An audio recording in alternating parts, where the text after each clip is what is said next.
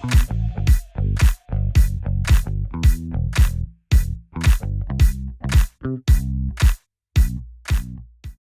everyone, I'm Sam Fading. Today I'm sharing an AI image generation tool with you. It can generate ultra-realistic AI images. Here we're using Running Hub. It's also the AI platform I use most frequently. There are many AI applications and workflows here. I'm giving out a fan benefit. Register through the link in my bio to get 1000 points. Get 100 points for daily login. Let me first demonstrate how to use this tool. There are two methods. One is using the web version on computer. Let me first demonstrate how to use the computer version. First, copy the link from the bio section and open it in your computer browser. Then register. After that, you enter this interface. Here you input your prompt, which is the content you want to generate. Then just click Run. The second method is to use the web version directly on your phone. Copy the link from the bio section. Open it in your phone's browser. You can see this interface. Just register with your phone number. After registering, you can see this interface. Then scroll down. Here you input your prompt. After entering the prompt, just click Run. Now, let me introduce the workflow behind this tool. This flow uses Z image base with Z image turbo dual sampling. Finally, using Flux Client for super resolution and detail enhancement. First, let's look at the text-to-image part.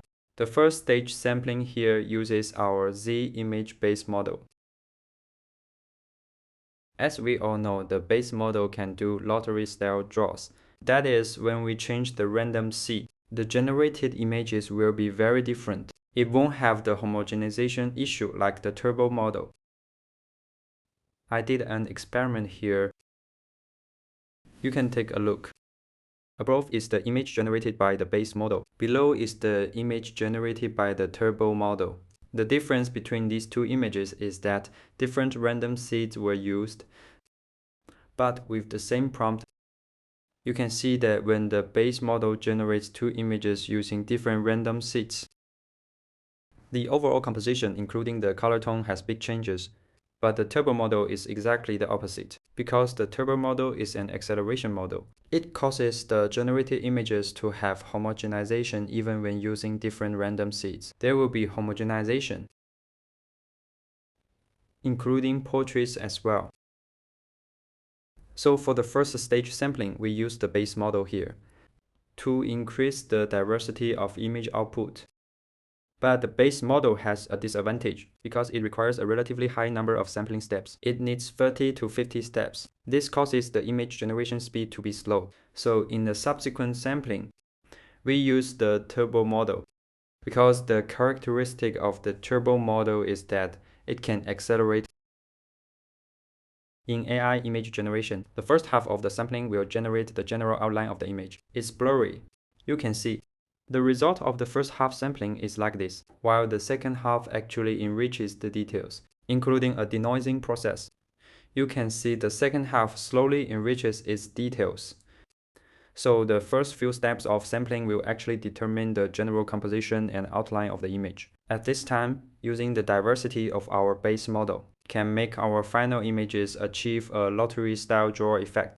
That is to make our final images more diverse.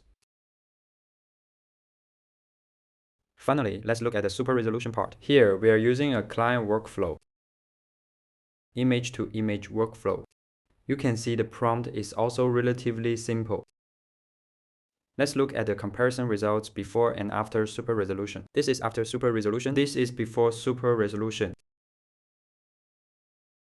You can see this is not just simple super resolution. It also adds various details to the character's face. I think this is one of the impressive features of Klein. The final image is also very realistic.